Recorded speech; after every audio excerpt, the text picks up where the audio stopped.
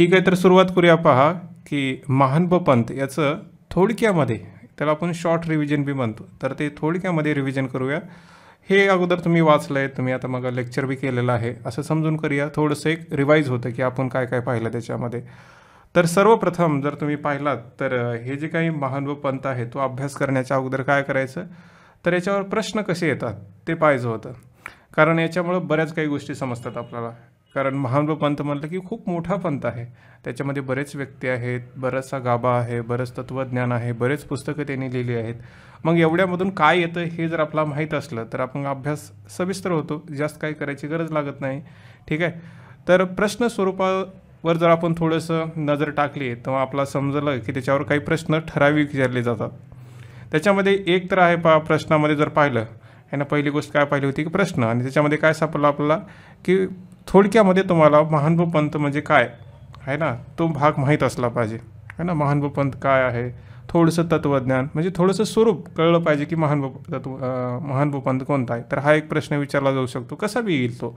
ठीक आहे, दुसरा प्रश्न काय येतो, तर व्यक्तीवर जर पाहिलं तर याच्यामध्ये जे व्यक्ती महत्त्वाचे आहेत, एक तर चक्रधर स्वामी, दुसरी महदंबा आहे ना, कारण ही आद्य कवित्री आहे, आणि तिसरे आहेत महिमभट. तर हे यांनी आद्य चरित्र लिहिले आहे, त्याच्यामुळे हे तीन व्यक्ती खूप महत्त्वाचे ठरतात. आणि त्याच्यावर तिन्हीवर प्रश्न दोनवर तर आलेले आहेत. पहा, महदंबावर बी प्रश्न विचारला जाऊ शकतो. त्याच्यामुळं हे तीन तरी व्यक्ती महत्त्वाचे आहेत, तर त्याच्यावर केलंच पाहिजे, हे बी आपल्या प्रश्नामध्ये समजलं. तिसरी गोष्ट प्रश्नामध्ये समजली पहा की प्रश्नामध्ये बार बार साहित्य लेखन म्हणजे यांचं जे गद्य अथवा पद्य लेखन आहे याच्यावर प्रश्न विचारला जातो, तर हे बी थीम पाहिली आपण. आणि चौथं काय विचारलं जातं, तर एकतर साती ग्रंथ किंवा लीळाचरित्र किंवा विचारलं तर स्मृतीस्थळ असं विचारलं जाऊ शकतं. तर असे चार गोष्टी आपल्या प्रश्नपत्रिकेमध्ये पाहायला मिळतात की ज्या बार बार रिपीट होतात. एक आहे थोडासा आधार माहीत असला पाहिजे, म्हणजे महानभ पंथ काय हे तुम्हाला समजलं पाहिजे. दुसरी गोष्ट की याच्यामध्ये ज्या तीन व्यक्ती आहेत विशेषतः, कारण तीन महत्त्वाचे आहेत, चक्रधर स्वामी, महदंबा आणि महिमभट. इतर बी बरेच आहेत परंतु ते विचारले गेले नाहीत. तिसरी गोष्ट काय महत्त्वाची आहे याच्यामध्ये, तर हे जे काही लीळाचरित्र किंवा हे स्मृतीस्थळ आहे त्याच्यावर बी विचारलं जातं. आणि आणखी एक गोष्ट अशी आहे की गद्य अथवा पद्य याच्यावर बार बार प्रश्न विचारला जातो. तर हे चार गोष्टी अभ्यास करताना लक्षात असाव्या. त्याच्यानंतर आपण सुरुवात करताना महानभ पंथाचा त्याच्या अगोदर पाहिलं होतं की मराठी भाषेचा उगम कसा झाला. जसं आपण म्हटलं की संस्कृतपासून प्राकृत आणि प्राकृतचा अपभ्रंश होऊन मराठी उदयास आली असं आपण म्हणतो. त्याच्यानंतर मग ही मराठी जास्तीत जास्त कुठे सापडते सुरुवातीला, तर ह्या महानभ पंथामध्ये. तरी पण त्याच्या अगोदर एका ग्रंथामध्ये तुम्हाला मराठीचा जास्तीत जास्त उल्लेख पाहायला मिळतो. त्याच्या ग्रंथाचं नाव आहे पहा विवेक सिंधू. तर हा पहिला ग्रंथ आहे जो मराठीमध्ये लिहिला गेला आहे असं त्यांनी म्हटलं आहे. तर मग हा जो ग्रंथ आहे तो कोणी लिहिला आहे, मुकुंदराज यांनी लिहिला आहे. तर आपण बरीचशी माहिती मुकुंदराजाबद्दल पाहिली होती की मुकुंदराज कोण आहेत नेमकं. जसं की आपण म्हटलं की त्याला काय म्हटलं जातं, त्यांना मराठी वाङ्मयाचा पहाटेचा शुक्रतारा असं म्हटलं जातं. म्हणजे त्यांच्याविषयी बरंच विवेचन केलं जातं. याच्यामध्ये जो भाग आहे विशेषतः विवेक सिंधूमध्ये हा काय प्रश्न विचारला जात नाही, परंतु आपण जस्ट पाहिलं होतं की काय इथे विचारलं की यांच्याविषयी थोडंसं सगुण भक्तीचं निरूपण आहे, गुरुभक्ती किंवा इतर गोष्टी त्यांनी सांगितलेल्या आहेत असं आपण विवेक सिंधूमध्ये पाहिलं होतं बरंचसं डिटेलमध्ये. त्याच्यानंतर मग महानभ पंथाविषयी आपण पाहिलं होतं की महानभ पंथाचं नेमकं तत्त्वज्ञान कोणतं आहे. जसं की आपल्याला पाहायला भेटतं की हे द्वैत मताचा प्रसार करतात. द्वैत म्हणजे दोन बाजू. ठीक आहे, आणि मग यांच्यामध्ये जर तत्त्वज्ञानाच्या जर मध्ये गेलं तर ते म्हणतात की जीव, देवता, प्रपंच आणि परमेश्वर या ज्या वस्तू आहेत त्या मुख्य आणि नित्य आहेत, स्वतंत्र, नित्य, अनादी, अनंत आहेत असं त्यांनी म्हटलेलं आहे. आणि मग ते म्हणतात की जसं की देवता नित्यबद्ध आहे, जीव बद्धमुक्त आहे, परमेश्वर हे आपण डिटेलमध्ये पाहिलं होतं. हे थोडं थोडं आपल्याला माहीत असावं. त्याच्यानंतर मग आपण प्रेरणा पाहिल्या होत्या है ना. आता प्रेरणा कोणत्या प्रकारच्या आहेत त्याच्यामध्ये, तसं की पहा म्हणजे प्रेरणा याचा अर्थ काय की यांनी जे महानभ पंथामध्ये ग्रंथ लिहिलेले आहेत ते लिहिण्याचं कारण काय, तर पहिलं कारण होतं पहा चक्रधरांचं स्मरण करणे, हे पहिलं त्यांची प्रेरणा पाहायला भेटते. दुसरा चक्रधरासंबंधी असणाऱ्या लीळा किंवा संबंधित वस्तू यांचं दर्शन घेणं. चौथी गोष्ट आहे की एकरूपता साधनं, साधनेमध्ये एकरूपता यावी म्हणून एक साधन म्हणून सुद्धा लिहिण्याचं काम त्यांनी केलं आहे. तिसरी प्रेरणा. चौथी गोष्ट आहे की पंथनिष्ठा म्हणजे पंथाची निष्ठा म्हणजे आपण म्हणतो निष्ठावान, तर त्याच्या गोष्टींना सुद्धा त्यांनी लिहिलं आहे. आणि मग प्रसार व्हावा आपल्या या पंथाचा म्हणून बी त्यांनी तत्त्वज्ञान दिलं आहे. तर ह्या काही त्यांच्या प्रेरणा बी आपण पाहिलं होतं, कधी कधी प्रश्नामध्ये विचारलं जातं. त्याच्यानंतर आपण चक्रधर स्वामीविषयी पाहिलं होतं पहा है ना. चक्रधर स्वामीविषयी पाहत असताना आपण म्हटलं की यांची थोडीशी मागलची कहाणी, जसं की हरपळ देव होता, त्याच्यानंतर असं झालं तसं झालं असं पण म्हणत जेव्हा ते गोविंद प्रभूपाशी जातात, गोविंद प्रभू कोण आहेत, तर हे महानुभाव पंथाचे आहे ना संस्थापक, ज्यांनी हे महानुभाव पंथ निर्माण केला आहे ना.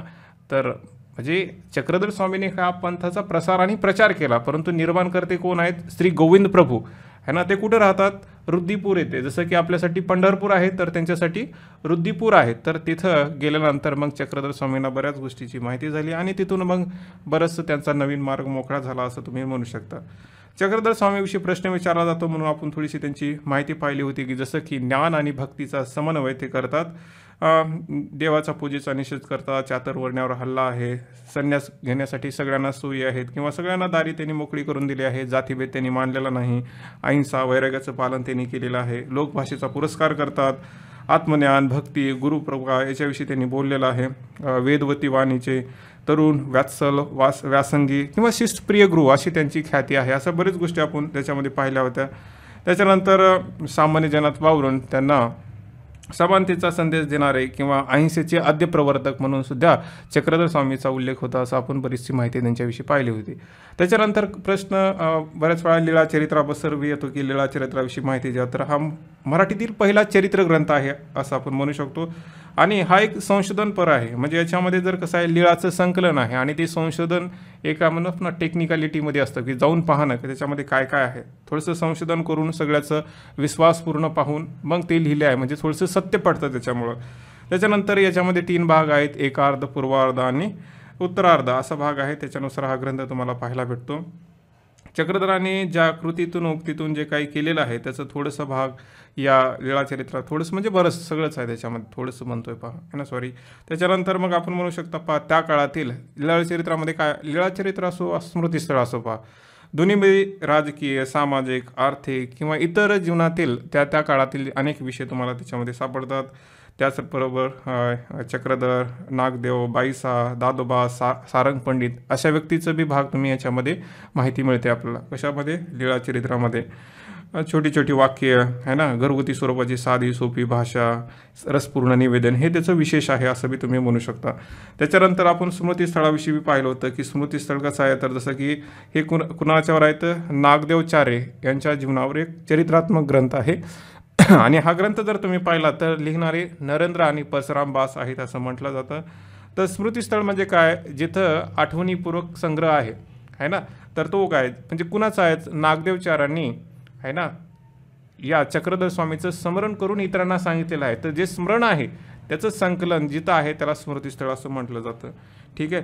तर या स्मृतिस्थळामध्ये जर तुम्ही पाहिलं तर बऱ्याचशा गोष्टी तुम्हाला पाहायला भेटतात. बरेच व्यक्तीचं जसं की माहिदसा, माहिमभट, केसुबास, दामोदर पंडित, हिराईसा या जे काही महानुभाव पंथामध्ये व्यक्ती होते त्यांचे चरित्र बी सापडतं.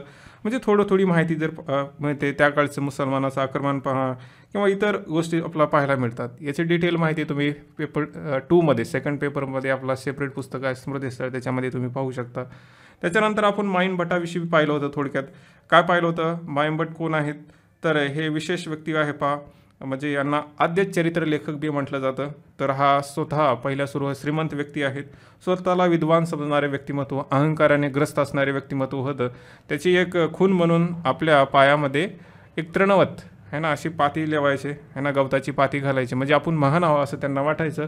परंतु पंथामध्ये गेल्यानंतर यांची हा जो काय अहंकार आहे तो हळूहळू गळाला आणि मग ते त्या पंथामध्ये एकनिष्ठ राहिले असं मी म्हणू शकतो. मग त्यांच्या या म्हणजे ज्ञानामधून बरेच काही लिखाण त्यांनी केले, जसं की हा चरित्र आहेत पहा, जसं की लीळाचरित्र आहे.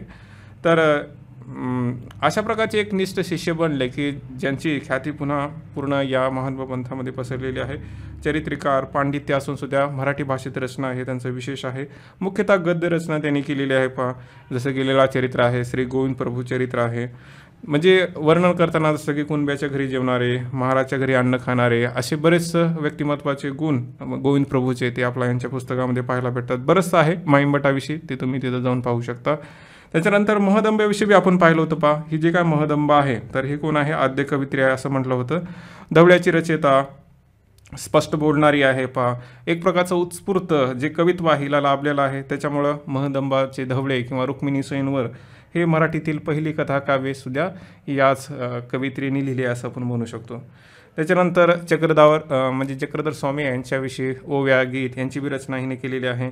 ढवळ्याची विशेषता, ढवळे म्हणजे काय, जे लग्नामध्ये वर असतो तर त्याच्याविषयी गाणारे जी गीत आहे त्याला ढवळे असं म्हटलं जातं. त्याच्यानंतर मग या ढवळ्याच्या अनुषंगानं आपला 13व्या शतकामध्ये कशा प्रकारचे लग्न व्हायचे है ना, कशा प्रकारचे एक सौंदर्य होतं, स्त्री सुलभता म्हणा किंवा अलंकार, ह्या सगळ्या गोष्टी आपला त्याच्यामध्ये पाहायला भेटतात. त्याचप्रकारे भाषेचा साधेपणा किंवा एक साधं गोष्ट आहे साध्या साध्या गोष्टी लिहून सुद्धा ते इतकं हृदयंगम बनलं की त्याची ख्याती पहा, म्हणजे आद्य हे शोभतं नाव असं एक ढवळेंच्या माध्यमातून आपल्याला पाहायला मिळतं. त्याच्यानंतर बरंचसं यांनी लिखाण बी केले महदंबविषयी बी तुम्हाला माहिती असली पाहिजे. त्याच्यानंतर आपण 7 ग्रंथ म्हटलं होतं जसं की रुक्मिणी स्वयंवर हे नरेंद्रांनी लिहिलं आहे. त्याच्यानंतर शिशुपालवध हे भास्कर भट्ट बोरीकर यांनी लिहिले आहे. 3रा ग्रंथ आहे उद्धवगीता, हे बी भास्कर भट्ट बोरीकर यांचा आहे. 4था आहे वच्चाहरण, ते दामोदर पंडितांचा आहे. ज्ञानप्रबोध 5वा हा ग्रंथ पंडित विश्वनाथ बाळापूरकर यांचा आहे. 6वा ग्रंथ ज्ञानप्रबोध हा आताच म्हटलं ना पंडित विश्वनाथ आहे. त्याच्यानंतर सह्याद्री वर्णन हे 6वं जे आहे राधोपाध्याय पाथरीकर यांचं आहे. रुद्रपूर वर्णन हे नारायण पंडितांनी लिहिलं आहे. तर हे 7 ग्रंथावर बार बार प्रश्न विचारला जातो, तर तो तुम्ही अभ्यासायचा आहे. ठीक आहे.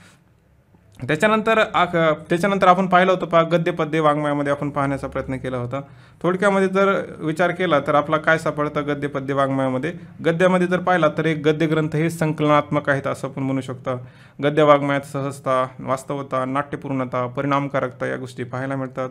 भाषेचा जिवंतपणा, हे ठसठसीतपणा हे गद्यामध्ये पाहायला भेटतं. त्याचप्रकारे ज्ञानासारखा किंवा तत्त्वज्ञानासारखा हा मोठा विषय आहे तर त्यालाही वाङ्मयीन रूप देण्याचं काम ह्या महानुभाव पंथाच्या लेखकांनी केले, हे विशेष आहे गद्यामध्ये. त्याच्यानंतर मग बऱ्याच अशा गोष्टी लीळाचरित्र, स्मृतिसळ, गोविंद प्रभू चरित्र याच्यामध्ये बरीच माहिती मिळते या गद्यामध्ये. तर असं बऱ्याच गोष्टी तुम्ही म्हणू शकता. पद्याविषयी बोलायचं झालं तर की पद्यामध्ये विविधता आहे, आशय अभिव्यक्तीच्या दृष्टिकोनातून हे वेगळं पाहायला भेटतं. एक स्वतंत्र निर्मिती म्हणून तुम्ही पाहू शकता. त्याच्यानंतर मग याच्यामध्ये लालित्य, अलंकार किंवा कल्पनारम्यता, भावना उत्कटता, रसरशीतपणा, चैतन्यपूर्णता अशा गोष्टी तुम्ही याच्यामध्ये पाहू शकता. 7 ग्रंथ, मूर्तिप्रकाश, महदंबचे ढवळे हे त्याचे उदाहरण आहे. तर असं थोडक्यामध्ये महानुभाव पंथ पाहिला आपण.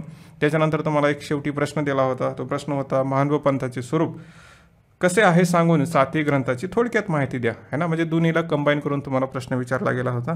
तर हे जी तुम्हाला मी शिकवलं थोडक्यामध्ये, तर ते कसं होतं की जेवढं येतंय परीक्षेमध्ये तेवढंच तुम्हाला पाहायला सांगितलं होतं. कारण याच्या आपण जर पाहिलं 2009 पासून ते 2022 पस्तूर तर एवढ्याच गोष्टी विचारल्या जातात, है ना. 10 मार्काला प्रश्न बार विचारला जातो. मे बी याच्यापेक्षा जास्त विचारला जाईल, परंतु गेल्या 4 वर्षात जर पाहिलं तर 10 मार्कालाच प्रश्न विचारला आहे. त्याच्यामुळे जास्त वेळ न देता जेवढं विचारलं जातं त्याचा अगोदर करणे आणि बाकीच्या गोष्टी पुन्हा करणे जर तुम्हाला वाटलं तर, वेळ असला तर, कारण तर हे करणं आद्य कर्तव्य आहे आपलं. ठीक आहे. तर असं एक शॉर्ट रिव्हिजन होतं. तर ते कशाच्या अनुषंगानं होतं की जे विचारलं जातं है ना, जे सटीक आहे त्याच्या अनुषंगानं आपण शॉर्ट रिव्हिजन केलं. ठीक आहे.